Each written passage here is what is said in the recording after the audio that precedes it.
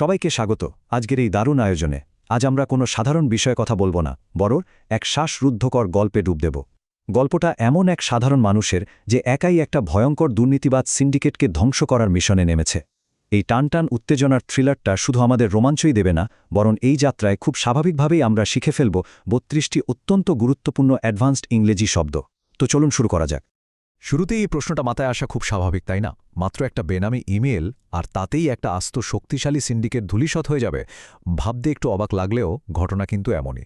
আজ তাই কোনো গতানুগতিক ভূমিকার দিকে না গিয়ে আমরা সরাসরি এই থ্রিলারের একদম গভীরে প্রবেশ করব। দেখব কিভাবে তীক্ষ্ণ বুদ্ধিমত্তা আর সাহসের কাছে বিশাল এক দুর্নীতি হার মানে। আচ্ছা, চলুন একদম মূল ঘটনায় ঢুকে পড়ি।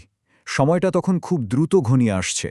তারেক বসে আছে তার মেসের একটা গুমোট স্যাঁতস্যাঁতে ঘরে।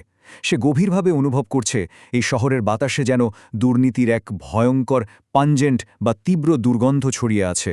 এই দুর্নীতি এখন সমাজের প্রতিটা স্তরে পারভেসিভ, মানে একদম সর্বব্যাপী হয়ে গেছে।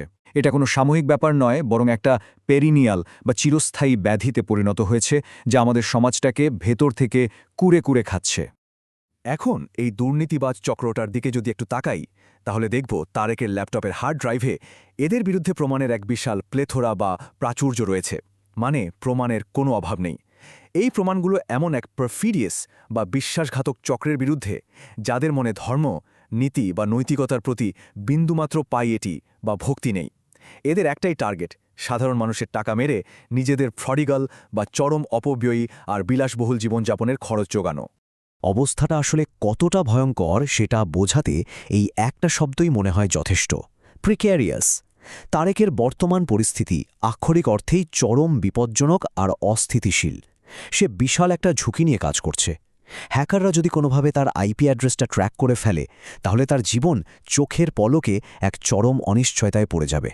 একটু ভাবুন তো, মুহূর্তের বিপদটা কল্পনা করলে যে কারোর শিরদাঁড়া দিয়ে ঠান্ডা স্রোত নেমে যাবে। জাস্ট একটা ছোট্ট ভুল, আর তারেকের সব কষ্ট, সব সাফল্য সোজা অন্ধকার খাদের কিনারায় প্লামেট করবে। প্লামেট মানে হলো খুব দ্রুত গতিতে সোজা নিচের দিকে পড়ে যাওয়া বা পতন হওয়া। মানে সবকিছু এক নিমিষেই শেষ। কিন্তু এত কিছুর পরও তারেকের নার্ভ ছিল দেখার মতো। চরম উত্তেজনার মাঝেও সে ছিল অদ্ভুত রকম ফ্লেগম্যাটিক। মানে বিন্দু পরিমাণ আবেগ বা টেনশন নেই, একদম শান্ত। সে খুব ভালো করেই জানে কোনো ধরনের পারফাংটরি বা ভাষা অবহেলাপূর্ণ কাজ করে নিজের এতদিনের শ্রম নষ্ট করা যাবে না।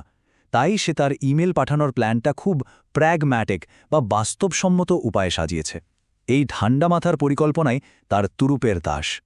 এবার তার অনুপ্রবেশের কৌশলটা একটু খেয়াল করি। এই অপরাধীদের নেটওয়ার্কের ফায়ারওয়াল কিন্তু খুব একটা পারমিয়েবল বা ভেদযোগ্য নয়। এর ভেতরে সহজেই কোনো পোরস বা ছিদ্রযুক্ত দুর্বলতাও চোখে পড়ে না। কিন্তু তারেক একটা দারুণ জিনিস জানে: প্রযুক্তিগত নিরাপত্তার চেয়েও মানুষের সবচেয়ে বড় দুর্বলতা হলো তার অহংকার। আর এই সিন্ডিকেটের সদস্যদের অতি আত্মবিশ্বাসী শেষ পর্যন্ত তাদের ডুবাবে। সব হিসেব নিকেশ মিলিয়ে তারেক এবার একটা জাতীয় দৈনিক পত্রিকার সম্পাদকের কাছে একটা বেনামি আনুষ্ঠানিক অভিযোগপত্র লিখতে বসল। এটা কিন্তু যেনতেন কোনো চিঠি নয়, বরং এটা ছিল তার চূড়ান্ত আঘাত হানার একটা শক্ত প্রিকর্সর। প্রিকর্সর মানে হল পূর্বলক্ষণ বা অগ্রদূত, যা জানান দেয় যে সামনে বড় কোনো ঝড় আসতে চলেছে। এটাই ছিল সিন্ডিকেট পতনের সূচনা। সেই চিঠির প্রিয়াম্বল বা শুরুর প্রস্তাবনাটা ছিল জাস্ট অসাধারণ। এই অংশে সে অত্যন্ত প্রোফাউন্ড বা গভীর ও তাৎপর্যপূর্ণ ভাষায় সমাজের মেধা অবক্ষয়ের কথা তুলে ধরেছে। এই শব্দগুলো শুধু কিছু সাধারণ তথ্য ছিল না, এটা ছিল পচে যাওয়া একটা সিস্টেমের বিরুদ্ধে তীব্র এক চপেটাঘাত, যা যে কোনো পাঠকের বিবেককে নাড়া দিতে বাধ্য। এখন মজার বিষয়টা হলো, প্রশাসন এটা পেয়ে কী করতে পারে? তারেক খুব ভালো করেই জানত প্রশাসন হয়তো তাকে একজন প্রেজামশিয়াস বা অতি পাকনা, ধৃষ্টতাপূর্ণ যুবক ভাবতে পারে।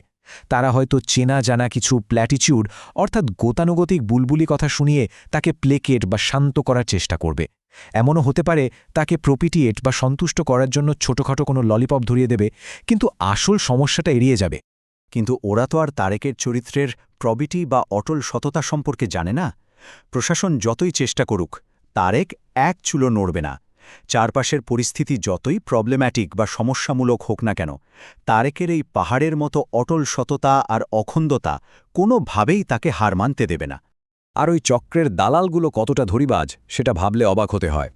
পুলিশের জেরার মুখে পড়লে এরা সবসময় প্রিভ্যারিকেট করে। এই প্রিভ্যারিকেট করার মানে হল সোজাসুজি উত্তর না দিয়ে অস্পষ্টভাবে কথা বলা বা ঘুরিয়ে প্যাঁচিয়ে সত্য গোপন করে মিথ্যা বলা। কথার মারপ্যাচে আসল সত্যকে লুকিয়ে রাখাই এদের প্রধান কাজ। আর এই বিষয়টা চমৎকারভাবে তুলে ধরছে সিন্ডিকেটের অপরাধের মাত্রা কিভাবে বাড়ছে। পরিসংখ্যান একদম পরিষ্কার বলে দিচ্ছে যে এই চক্রের অপরাধ করার প্রপেন্সিটি বা স্বাভাবিক ঝোঁক দিন দিন জ্যামেটিক হারে প্রলিফারেট করছে, অর্থাৎ পাগলের মতো দ্রুত বৃদ্ধি পাচ্ছে। এটা এমন এক ক্যান্সার যা সমাজের রন্ধ্রে রন্ধ্রে ছড়িয়ে পড়ছে। তবে তারেকের দাবি কিন্তু একদম ক্রিস্টাল ক্লিয়ার। সে চায় আইন শৃঙ্খলা রক্ষাকারী বাহিনী এই ধরনের দুর্নীতিকে শিকড় থেকে উপড়ে ফেলে সম্পূর্ণভাবে প্রেসক্রাইব বা নিষিদ্ধ করুক। আর একই সাথে দেশের সিভিল সার্ভিস যেন তার সেই পুরনো প্রিস্টিন বা পবিত্র ও অকৃত্রিম রূপে ফিরে যায়, যেখানে মেধা আর যোগ্যতাই হবে সবকিছুর মাপকাঠি, অন্য কিছু নয়। তবে এখানে একটা বড় রিস্ক থেকে যায়। তারেকে প্রতিটা কদমে অত্যন্ত সতর্ক থাকতে হচ্ছে। তার পাঠানো এই ইমেলটা যেন হুট করে কোনো অনাকাঙ্ক্ষিত বিপদ প্রেসিপিটেট না করে বসে। প্রেসিপিটেট করার মানে হল হঠাৎ করে কোনো খারাপ কিছু ঘটিয়ে দেওয়া। একটু এদিক ওদিক হলেই সব শেষ, তাই মেপে মেপে পা ফেলা ছাড়া কোনো উপায় নেই। আর যে কোনো থ্রিলার পরিস্থিতিতে টিকে থাকতে হলে ব্যাকআপ প্ল্যান থাকা মাস্ট। তাই তারেক তার পালানোর প্ল্যানটার মধ্যে একটা দারুণ প্লাস্টিসিটি বা নমনীয়তা রেখেছে। পরিস্থিতি যদি হঠাৎ করে খারাপের দিকে যায়, তাহলে যেন মুহূর্তের মধ্যেই প্ল্যান বদলে ফেলা যায়, সেই ব্যবস্থাও সে আগেভাগেই করে রেখেছে। এত কিছু করার পরও একটা জিনিস খেয়াল করার মতো, এই লড়াইয়ে জয়ী হতে গিয়ে তারেক কিন্তু একবারের জন্য নিজের প্রোপ্রাইটি বা সামাজিক শিষ্টাচার ও নীতির মানদণ্ড থেকে সরে আসেনি। সে জানে সে যদি নিজেই আইন ভাঙে বা খারাপ পথ বেছে নেয়, তবে তার আর ওই দুর্নীতিবাজদের মধ্যে তো কোনো পার্থক্যই থাকল না। তাহলে সব মিলিয়ে আসল ব্যাপারটা কি দাঁড়ালো? এই দুর্নীতিবাজ কর্মকর্তাদের এবার পার পেয়ে যাওয়ার চান্স কত জানেন? একদম 0। কারণ তারেকের পাঠানো প্রমাণগুলোর আইনি ভিত্তি এতটাই শক্ত আর প্রহিবিটিভ যে সেটা যে কোনো বাধাকে গুড়িয়ে দিতে সক্ষম। এই প্রহিবিটিভ প্রমাণগুলো এতই নিখুঁত যে সিন্ডিকেট তাদের কোটি কোটি টাকা দিয়েও এবার আর পার পাবে না। শেষমেশ আমাদের সামনে খুব জরুরি একটা প্রশ্নই থেকে যায়, আমাদের সমাজ কি এই দুর্নীতির বিরুদ্ধে সত্যি কঠোর আর প্রহিবিটিভ ব্যবস্থা নেবে, নাকি আমাদের নৈতিকতার সেই দুর্বল প্লাস্টিসিটি বা নমনীয়তার সুযোগ নিয়ে এই সিন্ডিকেটগুলো বছরের পর বছর এভাবেই টিকে থাকবে? আজকের এই ঘটনা শুধু একটা রোমাঞ্চকর গল্পই ছিল না, এটা আমাদের সমাজ ব্যবস্থার এক গভীর ক্ষত নিয়ে নতুন করে ভাবতে বাধ্য করে। আর এর ফাঁকে ফাঁকে আমরা কিন্তু দারুণ কিছু ইংরেজি শব্দও শিখে নিলাম। আশা করি এই বিশ্লেষণটি নতুন দৃষ্টিকোণ থেকে ভাবতে সাহায্য করবে। সবাই ভালো থাকবেন, সুস্থ থাকবেন।